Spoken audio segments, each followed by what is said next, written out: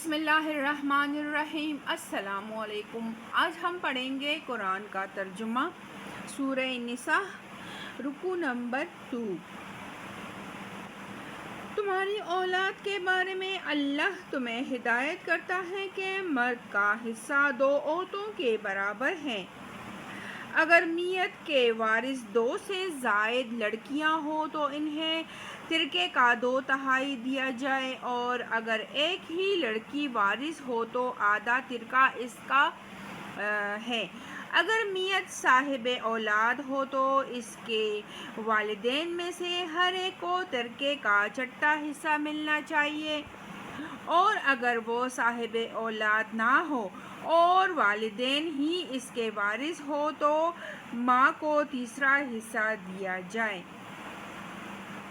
اور اگر میت کے بھائی بہن بھی ہو تو ماں 1/6 حصے کی حقدار ہوگی۔ یہ سب حصے اس وقت نکالے جائیں گے جبکہ وصیت جو میت نے کی ہو پوری کر دی جائے اور قرض جو اس پر ہو ادا کر دیا جائے۔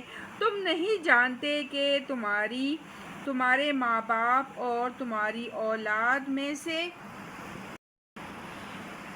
بلاحظ نفع تم سے قریب تر ہیں۔ یہ حصے اللہ نے مقرر کر دیے ہیں، اور اللہ یقیناً سب حقیقتوں سے واقف اور ساری مصلحتوں کا جاننے والا ہے۔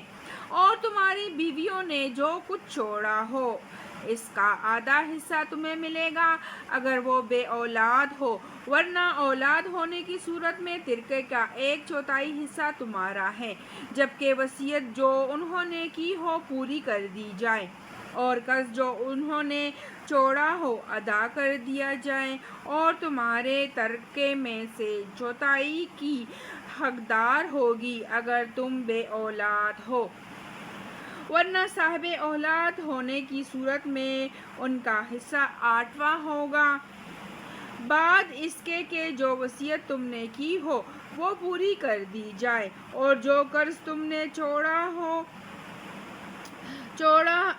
ہوا ہو وہ ادا کر دیا جائے، اور اگر وہ مرد یا عورت جس کی میراث تقسیم طلب ہے بے اولاد بھی ہو اور اس کے ماں باپ بھی زندہ نہ ہو مگر اس کا ایک بھائی یا ایک بہن موجود ہو، تو بھائی اور بہن ہر ایک کو 1/6 حصہ ملے گا، اور بھائی بہن ایک سے زیادہ ہو تو کل ترکہ کے 1/3 میں وہ سب شریک ہوں گے، جبکہ وصیت جو کہ کی گئی ہو پوری کر دی جائے اور قرض جو میت نے چھوڑا ہو ادا کیا جائے، بشرطیکہ وہ ضرر رساں نہ ہو۔ یہ حکم ہے اللہ کی طرف سے، اور اللہ دانا اور بینا اور نرم خو ہے۔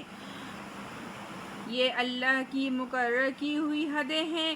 جو اللہ اور اس کے رسول کی اطاعت کرے گا اسے اللہ ایسے باغوں میں داخل کرے گا جن کے نیچے نہریں بہتی ہوں گی، اور ان باغوں میں وہ ہمیشہ رہے گا، اور یہی بڑی کامیابی ہے۔ اور جو اللہ اور اس کے رسول کی نافرمانی کرے گا اور اس کی مقرر کی ہوئی حدوں سے تجاوز کر جائے گا اسے اللہ آگ میں ڈالے گا جس میں وہ ہمیشہ رہے گا، اور اس کے لیے رسوا کن سزا ہے۔ صدق اللہ العظیم۔